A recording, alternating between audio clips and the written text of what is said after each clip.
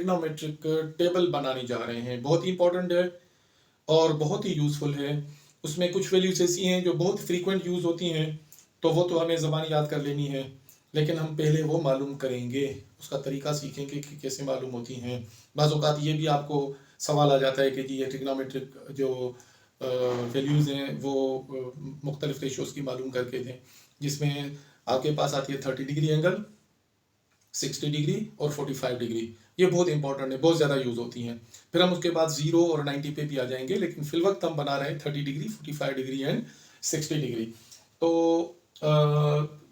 सबसे पहले हम मालूम करते हैं जी 45 डिग्री की, और एक आसान मेथड से मैं आपको समझाता हूँ।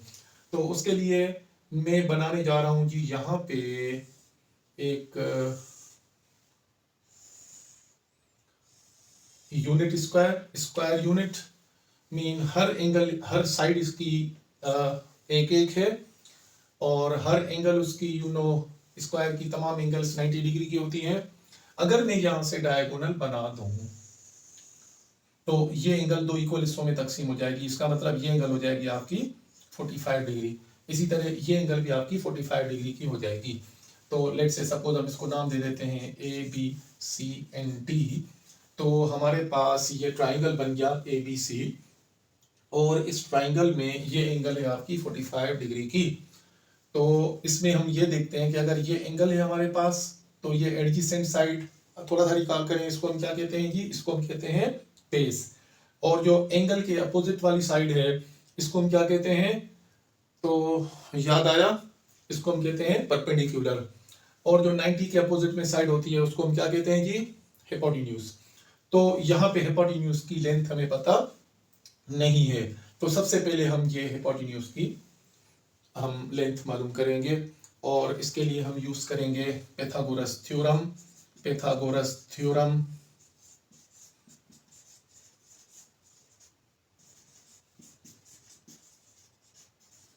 पाइथागोरस थ्योरम क्या है जी, कि hypotenuse square is equal to perpendicular square plus base square. तो h square is equal to perpendicular क्या है जी, 1 स्क्वायर, प्लस बेस क्या है जी, 1 स्क्वायर। अगर दोनों का स्क्वायर करें तो ये आ जाएगा आपका h square is equal to 1 plus 1 that equals 2, और स्क्वायर रूट ले लें तो h इज इक्वल टू आपके पास आ गया जी रेडिकल 2। तो हमारे पास h आ गया रेडिकल 2। तो हमारे पास अब तीनों साइडें आ गई। अब हमें वैल्यूज मालूम करने में कोई दिक्कत नहीं है, तो हम मालूम करते हैं जी सबसे पहले साइन 45 डिग्री। तो साइन 45 डिग्री जी रेशो क्या है, जस्ट हम उसी रेशो पे जाएंगे। साइन का रेशो होता है परपेंडिकुलर डिवाइडेड बाय हिपोटेन्यूज। तो परपेंडिकुलर क्या है जी, यहाँ पे 1 divided by radical 2, 1 divided by radical 2। और इसी तरह हम cos 45 डिग्री मालूम करेंगे, तो उसका रेशो क्या है जी, बेस डिवाइडेड बाय h हिपोटेन्यूज। तो हमें वैल्यू बेस की क्या है जी, 1 divided bye square root 2।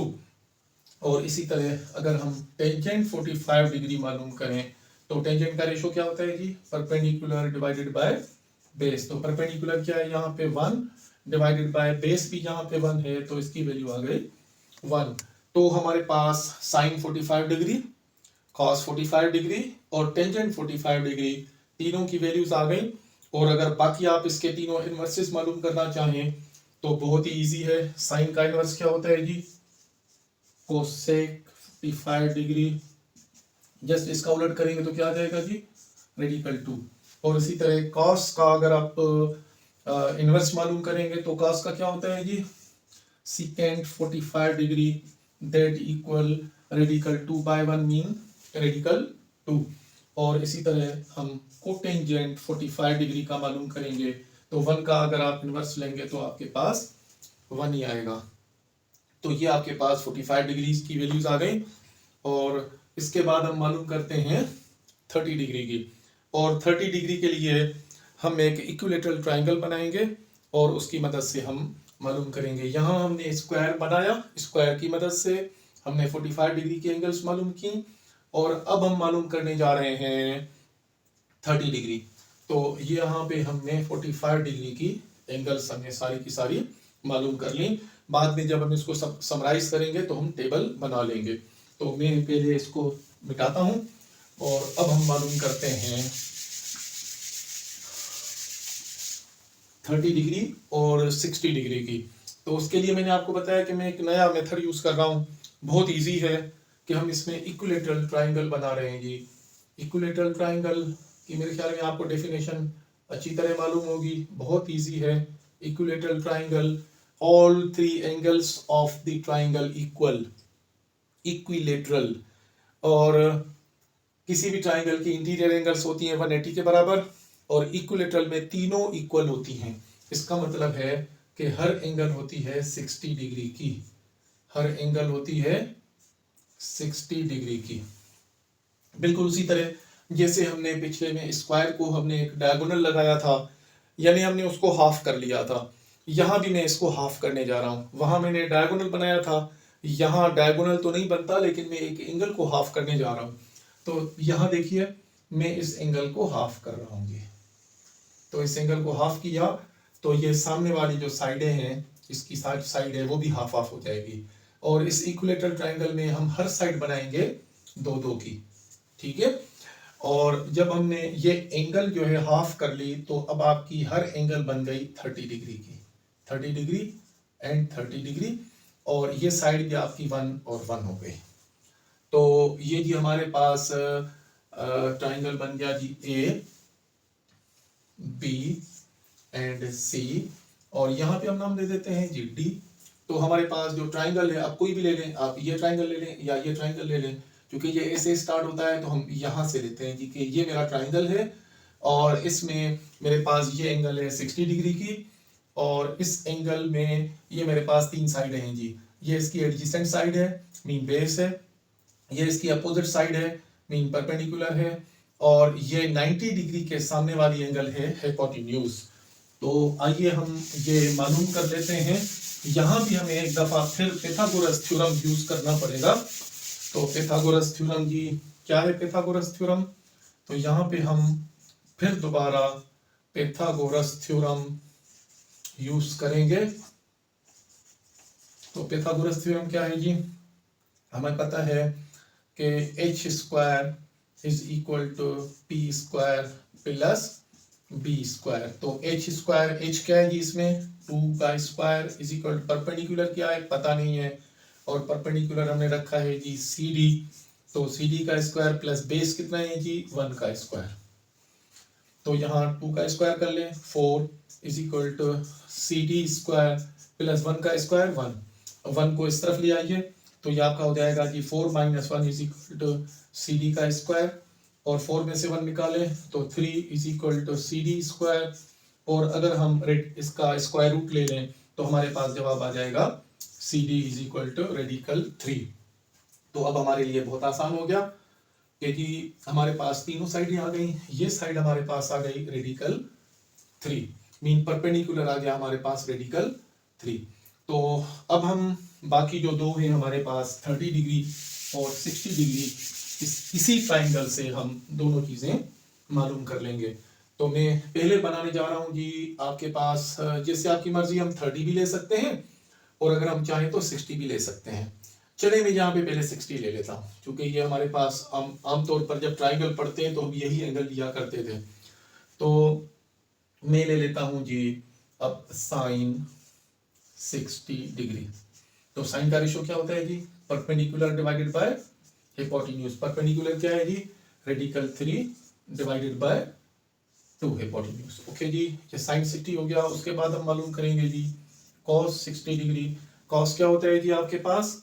Base divided by hypotenuse. तो बेस है हमारे पास 1 डिवाइडेड बाय हमारे पास हाइपोटेन्यूज है जी 2। और अब हम मालूम करेंगे जी tangent 60 degree is equal to perpendicular divided by base. तो परपेंडिकुलर क्या है जी? Radical 3 divided by 1 is equal to radical 3।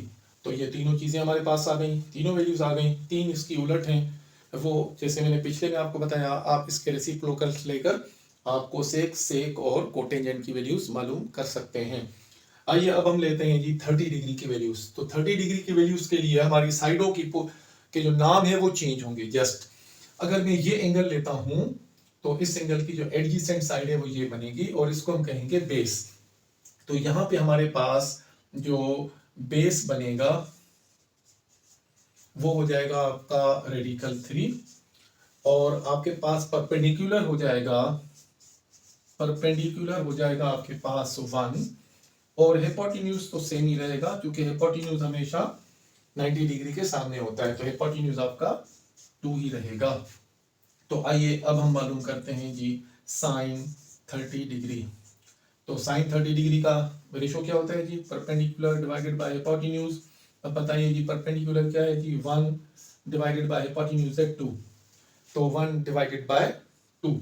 और इसी तरह हम cos 30 डिग्री मालूम करेंगे तो हमारे पास आएगा जी बेस डिवाइडेड बाय हिपोटेन्यूज। तो बेस की वैल्यू क्या आएगी इसमें हमारा बेस है radical 3, so radical 3 divided by 2। और अब हम मालूम करेंगे जी टेंजेंट 30 डिग्री, तो वो होता है आपके पास परपेंडिकुलर डिवाइडेड बाय बेस।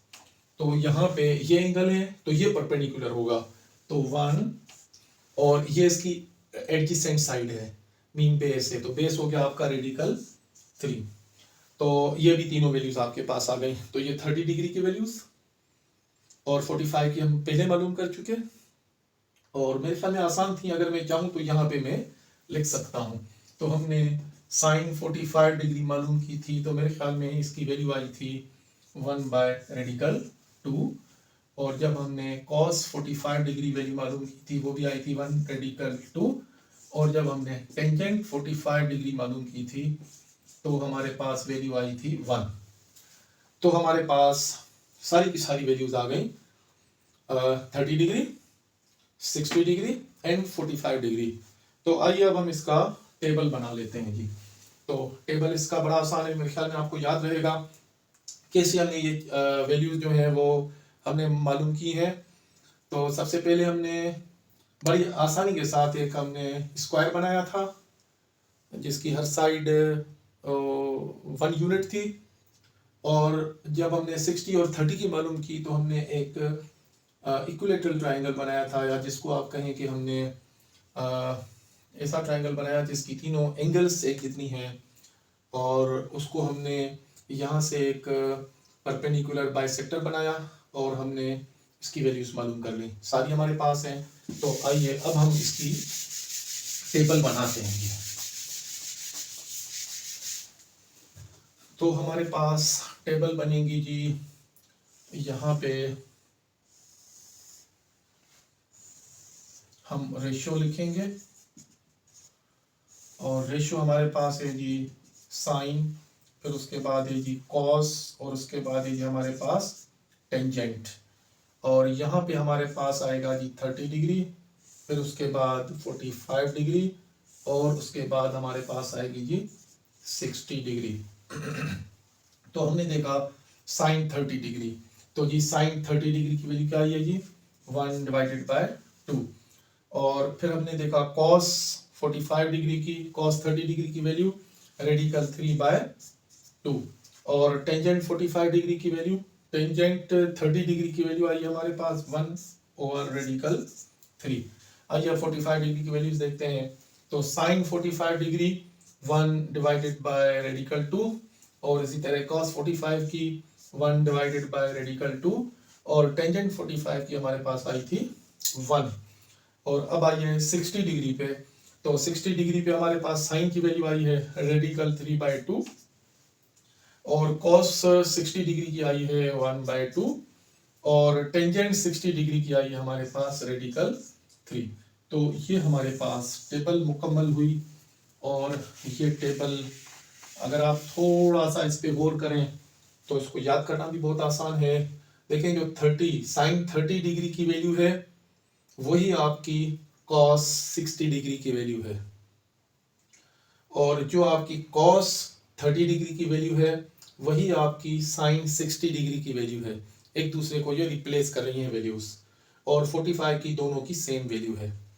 और टेंजेंट की है 1 ओवर रेडिकल 3 30 डिग्री और यहाँ पे है रेडिकल 3 मीन आपका मल्टीप्लीकेटिव रेसिप्रोकल, ये रेसिप्रोकल्स हैं, जैसे ये रेसिप्रोकल्स हैं, ये भी रेसिप्रोकल्स हैं, यहाँ दोनों की वैल्यू सेम है और यहाँ ये 1 है।